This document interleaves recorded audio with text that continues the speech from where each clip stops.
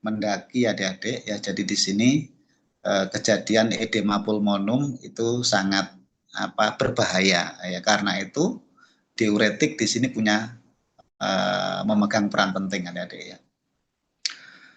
Tentu di dalam obat adik-adik semuanya itu pasti ada resikonya ya, ada resikonya. Suara Pak Samsuri bisa didengarkan adik-adik? Mohon maaf. Terdengar dong. Oke, terima kasih. Di dalam sebuah obat tentu selalu ada potensi toksisitasnya kalau kita tidak menggunakan dengan baik ya. Di antara toksisitas itu yang terjadi mungkin malah terjadi asidosis ataupun darah kita menjadi asam ya. Kemudian bisa terjadi renal stone ataupun batu ginjal ya.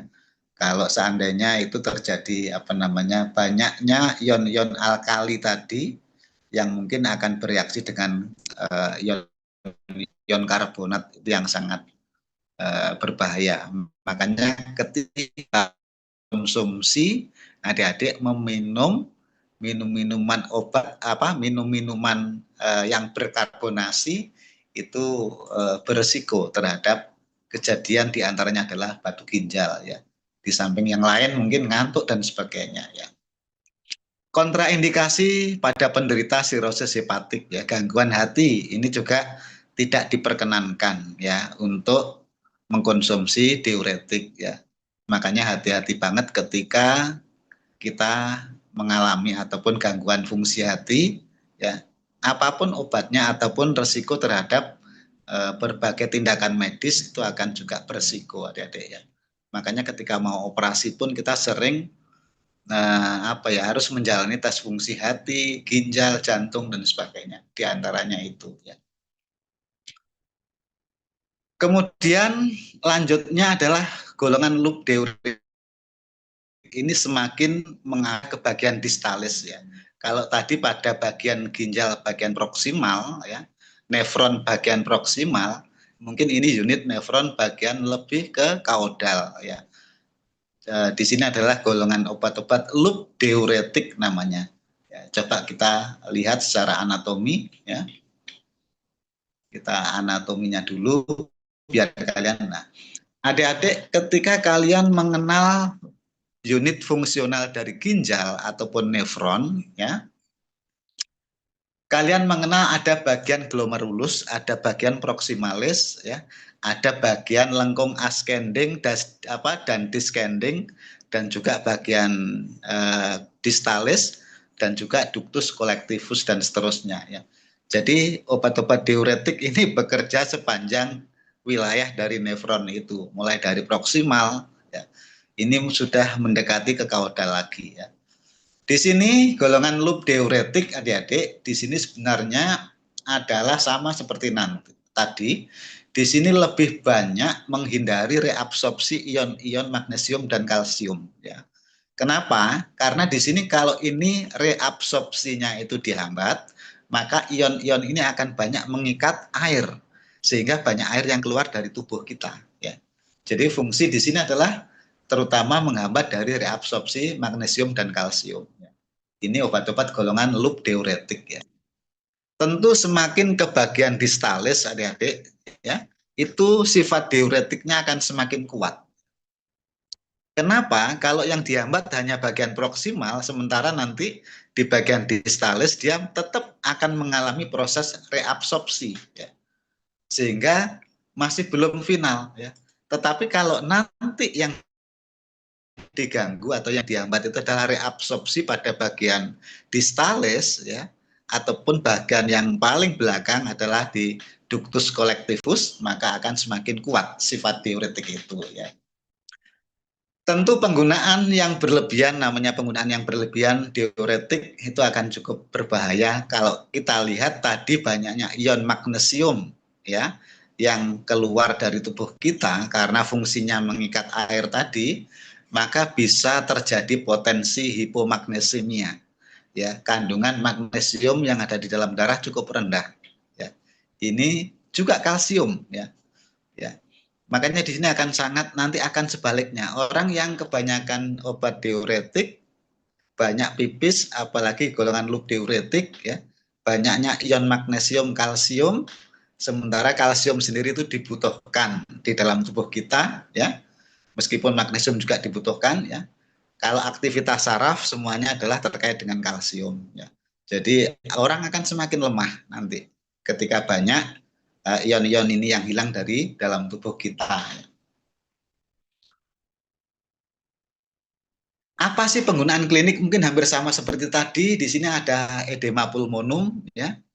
Kalau pada pasien hewan di dunia veteriner, di kedokteran hewan adik-adik, ya, edema pulmonum mungkin apa ya istilahnya tidak begitu banyak, ya. Atau mungkin juga karena tidak banyak yang terdeteksi, ya. Jadi yang paling banyak mungkin pada kasus asites dan sebagainya, yaitu mungkin kita bisa menggunakan diuretik untuk menurunkan kejadian asites atau penimbunan cairan yang ada di dalam peritoneum kita, di dalam kafum abdomen, atau mungkin juga hidrotoraks yang ada di dalam. Ini juga penting penggunaan diuretik untuk mengurangi resiko yang berbahaya dari penimbunan cairan yang ada di dalam rongga abdomen ataupun di dalam kafum torak, ya. Toksisitas juga ada, yang jelas namanya obat pasti ada resiko toksisitas, tapi yang paling penting adik-adiknya kalau kita bisa mengerjakan menggunakan dengan bijaksana mungkin akan sedikit resiko dari toksisitas ini, ya. Kontraindikasi, ya, juga sangat berbahaya pada penderita CHF, congestive heart failure ataupun gagal jantung karena kongesti, ya.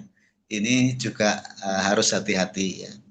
Jadi tidak serta-merta ketika terjadi penimbunan cairan di dalam tubuh kita langsung kita menggunakan diuretik, ya. Tentu harus apa ya istilahnya menganalisis dengan cermat, ya. Apakah nanti mengganggu fungsi jantungnya atau heparnya, ya, ataupun di hati sudah ada kelainan fungsi, itu yang harus hati-hati, ya.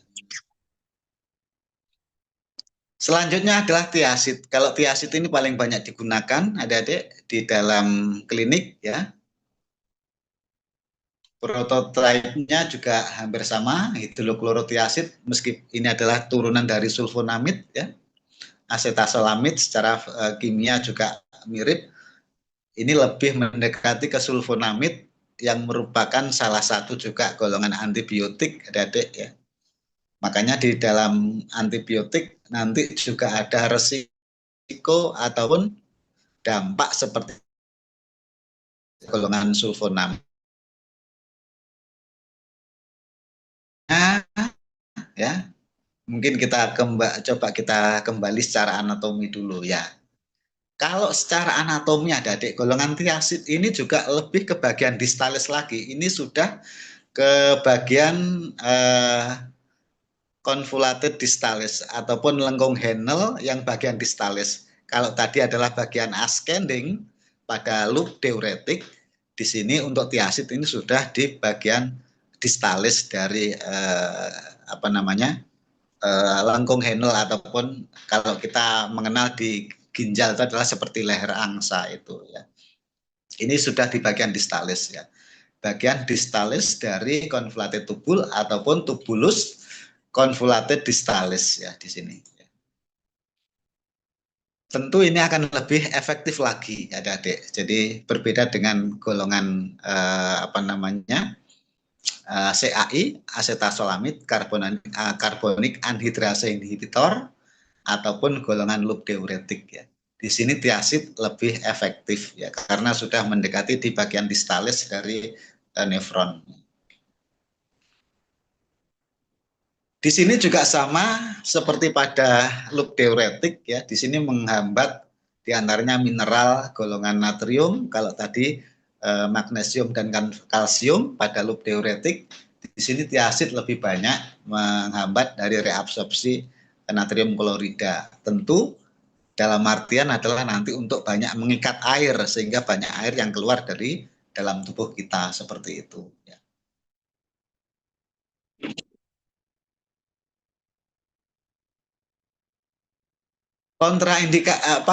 Indikasi klinik penggunaan pada penderita hipertensi, adik-adik tiazid ini banyak digunakan ya.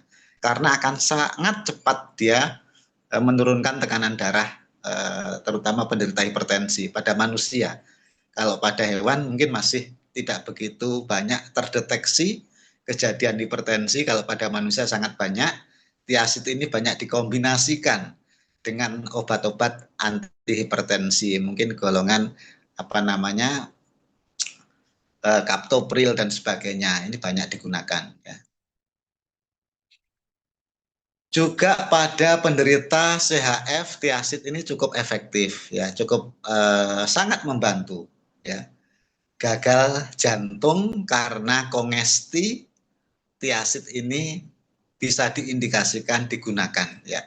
Kalau pada loop diuretik tadi kontraindikasi ya, tadi pada tiazid ini cukup bisa direkomendasikan penderita CHF ya. Toksisitas juga sama ya, hiponatremia kalau banyak ion natrium yang keluar dari tubuh kita, dan yang lain mungkin bisa alergi yang sifatnya cepat ya, anafilaksis ya. Kontraindikasi juga harus berhati-hati ya pada penderita serosis aktif dan juga CHF. Meskipun bisa diindikasikan pada penderita CHF, adik-adik, tetapi juga harus berhati-hati di sini ya. Penggunaan yang berlebih ini tidak baik ya. Tetapi cukup bisa diindikasikan pada penderita CHF asal penggunaannya tidak berlebihan. Selanjutnya adalah potasium sparing diuretik, diuretik yang hemat potasium, hemat kalium, adik-adik ya. Kalium sangat dibutuhkan dalam aktivitas saraf, sehingga kalau kebanyakan orang menggunakan diuretik akan lemah ya, ataupun lemes. Di sini salah satu alternatifnya adalah penggunaan dari golongan yang hemat potasium seperti spironolakton ya, eplerenon dan juga tiametrin amilorid ya. Ini cukup baik untuk menghemat potasium ataupun kalium, adik-adik ya, supaya tubuh tidak terasa lemah ya. Kalau kita amati secara anatomi, adik-adik, tentu di sini sudah mendekati distalis ya. Di sini adalah pada bagian tubulus kolektivus. Jadi pada nefron sudah bagian distalis di sana. Setelah ini urin langsung dikeluarkan. Ya. Tentu ini akan cukup efektif. Ya. Mekanisme kerja juga sama, adalah dalam rangka menghambat reabsorpsi ya dari ion-ion ini dan juga air. Ya. Maka otomatis kalau ini sudah pada bagian distalis ya, bagian tubulus kolektivus, ini sudah nanti setelah ini akan dikeluarkan dalam bentuk urinnya. Ini cukup efektif ya. Meskipun secara normal, adik-adik, di dalam tubuh kita itu juga ada sistem homeostasis ya. Ketika tubuh kita memerintahkan untuk buang air kecil, ya secara hormonal sudah ada yang mengatur ya. Di samping itu hormon-hormon ini juga mengatur dari elektrolit yang ada di dalam tubuh kita, seperti aldosteron. Aldosteron ini secara fisiologi menjaga keseimbangan dari ion-ion yang ada di dalam tubuh kita. Ini peran dari aldosteron. Makanya sebenarnya dalam tubuh kita itu sudah dalam kondisi kesetimbangan. Cuma ketika kondisi patologis ya, misalkan pada kasus glaukoma, misalkan pada kasus asites, ataupun pada kasus edema pulmonum, ataupun pada kasus hidrotoraks ya, itu yang membutuhkan intervensi obat dari luar, maka di sini dibutuhkanlah obat-obat dari diuretik itu ya. Kalau secara normal tubuh kita sudah tidak bisa menjaga keseimbangan itu.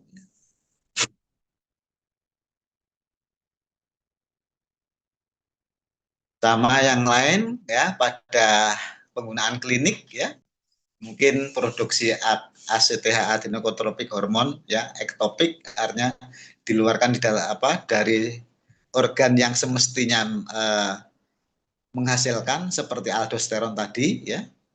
Maka di sini kelebihan mineral kortikoid bisa diindikasikan penggunaan dari obat-obat diuretik ini ya. Toksisitas juga sama ya, mungkin bisa mengakibatkan hiperkalemia karena terlalu hematnya ataupun karena terlalu menjaga dari ion kalium yang mengalami deplesi ataupun kehilangan dari tubuh kita, maka bisa menyebabkan nanti terjadinya hiperkalemia ya. Di dalam darah akan banyak akumulasi dari ion-ion kalium ya.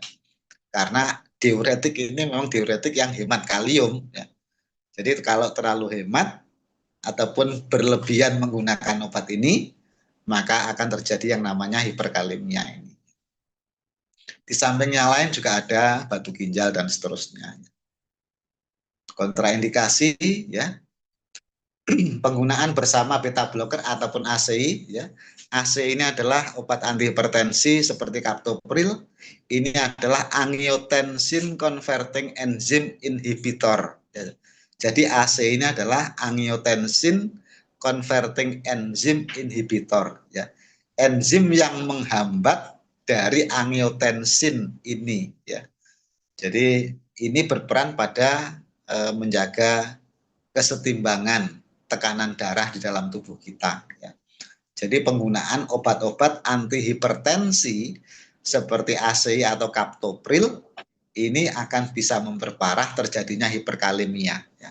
Di dalam tubuh kita akan banyak terakumulasi ya. Biasanya golongan captopril ini tadi kita singgung, biasanya obat antihipertensi ini bisa dikombinasi atau digunakan diuretik tiazid tadi. Kalau osmotik diuretik, adik-adik sebenarnya ini secara fisiologi ya, obat-obat ini hanya menarik karena adanya tekanan osmosis saja ya. Jadi manitol seperti manitol ini tidak dimetabolisme, tidak direabsorpsi ya, dan tidak disekresi tetapi diekskresi. Manitol ini diekskresikan via filtrasi glomerulus ya. Jadi dia hanya karena adanya tekanan hidrostatis ya, tekanan osmotik ya, maka air akan keluar bersama senyawa ini ya. Jadi manitol sebenarnya bukan sebuah obat ya, tetapi mungkin lebih tepat adalah dalam menjaga ataupun mekanisme pengikatan air itu karena mekanisme osmotik saja, perbedaan tekanan osmotik ya.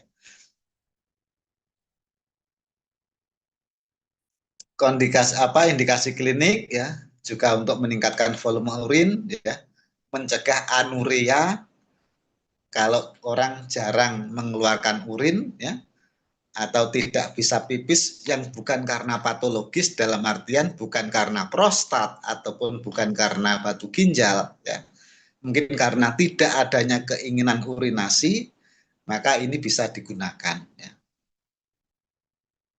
Selanjutnya adalah ADH antagonis, antidiuretik hormon antagonis ya. Namanya antidiuretik hormon adalah hormon yang digunakan untuk mencegah terjadinya urinasi. Jadi di dalam tubuh kita itu sudah sistemnya kesetimbangan ya. Supaya tidak banyak urinasi, maka ADH ini dikeluarkan ya. Ketika antidiuretik hormon ini, obat hormon anti pipis ini ya terlalu berlebihan, maka orang juga akan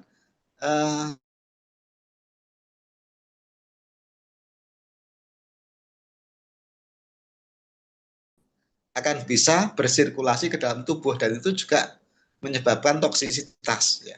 Contoh misalkan kasus pada nefrolithiasis pada kucing adik-adik, ketika tidak bisa pipis, maka urea yang ada di dalam urin itu akan bersirkulasi lagi, direabsorpsi kembali. Itu yang bersifat toksik nantinya.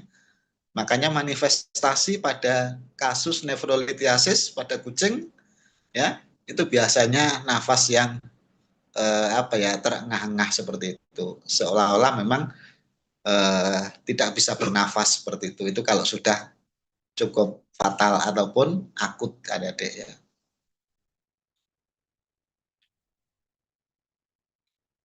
Farmakodinamik jelas mekanisme adalah sebenarnya hanya karena perbedaan tekanan osmosis saja ya. Jadi kalau antidiuretik ya, jadi ini menghambat dari peran hormon ADH, antidiuretik hormon ya. Jadi supaya menegasikan ataupun meminimalisir dari peran ADH. Makanya di sini dinamakan ADH antagonis. Tentu bisa mengakibatkan terjadinya diabetes insipidus nefrogenik ya. Jangka panjang juga nefritis interstisial kronis ya.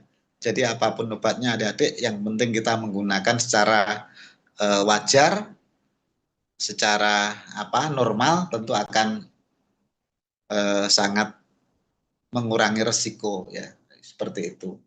Ini internetnya yang agak bermasalah ini adik-adik, mohon maaf ya.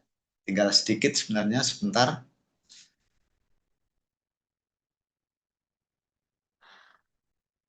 Internetnya sering gangguan.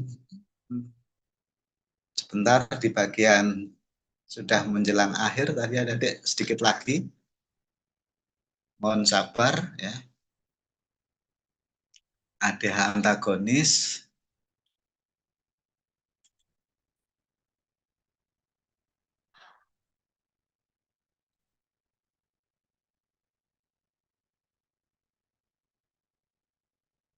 Selanjutnya adalah kejadian dari penggunaan antidiuretik. Kalau tadi obat diuretik, sekarang obat antidiuretik. Jadi tentu kalau kita terlalu banyak kencing pun itu juga mengganggu ya. Makanya juga secara farmakologi bisa diintervensi untuk meminimalisir kejadian yang kebanyakan pipis. Di sini makanya antidiuretik hormon, obat yang digunakan untuk memperjarang pipis ya. Kalau tadi kita memperbanyak pipis, volume urin, di sini sebaliknya ya.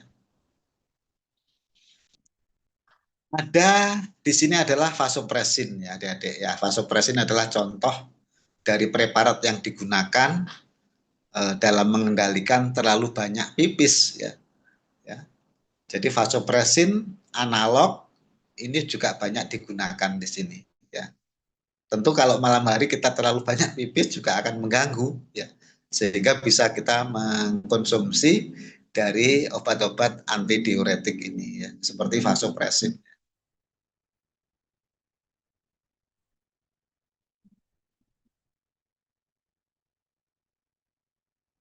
Di sini tadi sudah kita singgung ada vasopresin tanat contoh ya.